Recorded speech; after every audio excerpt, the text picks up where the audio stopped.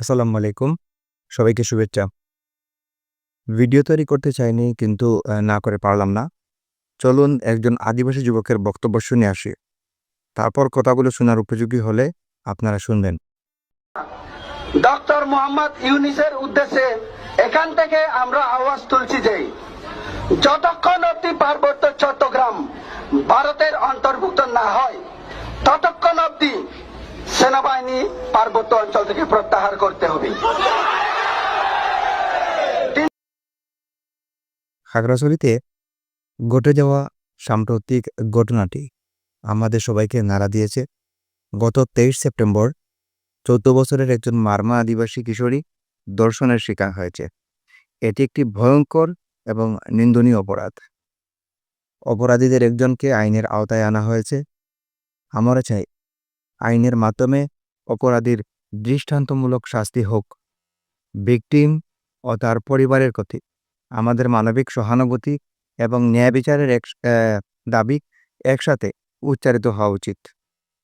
কিন্তু দুঃখজনকভাবে এই মানবিক ট্র্যাজেডিকে কেন্দ্র করে সেখানে ব্যাপক আন্দোলন ও সংঘর্ষ ছড়িয়ে পড়েছে।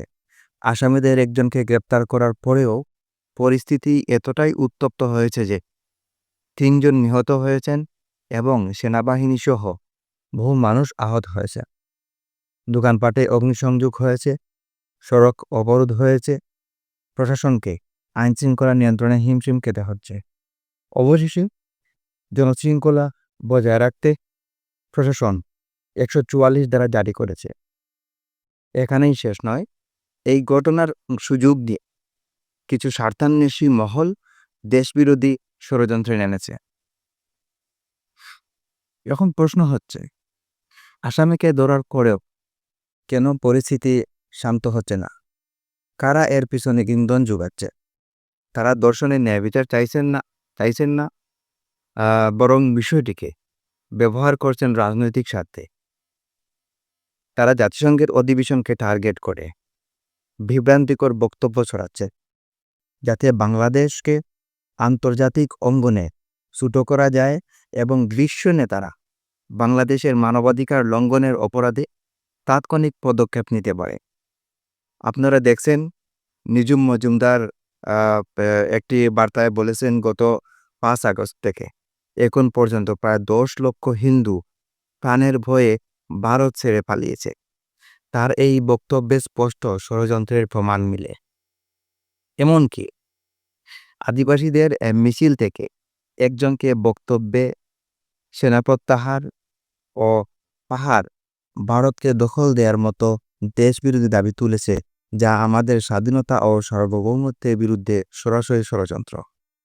প্রশ্ন হলো, এক কিশোরীর উপর সংঘটিত জঘন্য অপরাধের বিচারকে আমাদের সবার মূল দাবি হওয়া উচিত নয়? তাহলে কেন এর আড়ালে বাংলাদেশকে ঘায়েল করার চেষ্টা চলছে? এটা স্পষ্ট, এটি শুধু একটি অপরাধের বিচার প্রক্রিয়ার বিষয় নয়, বরং সেই অপরাধকে হাতিয়ার বানিয়ে দেশের বিরুদ্ধে ষড়যন্ত্র চলছে। আমাদের অবস্থান পরিষ্কার। আমরা ধর্ষণের বিচার চাই, অপরাধীকে আইনের মুখোমুখি দাঁড়াতেই হবে। 3 জনের মৃত্যু, সহিংসতা ও ধ্বংসযজ্ঞের দায়ে যারা উত্তেজনা ছড়িয়েছে তারা বিচারের মুখোমুখি হোক। বাংলাদেশ কোনো ষড়যন্ত্রকারীর চক্রান্তে মাথা নত করবে না। পাহাড়, সমতল, সীমান্ত সবই আমাদের। এ দেশের সার্বভৌমত্ব অটুট থাকবে। তাই আসুন আমরা ঐক্যবদ্ধভাবে ভিকটিমের ন্যায় বিচার দাবি করি। সহিংসতা নয়, শান্তি ও আইনের পথেই থাকি। দেশবিরোধী প্রচারণার মুখোশ উন্মোচন করি। ন্যায় বিচার হোক, ষড়যন্ত্র ব্যর্থ হোক, বাংলাদেশ ঐক্যবদ্ধ থাকুক। ইনকিলাব জিন্দাবাদ।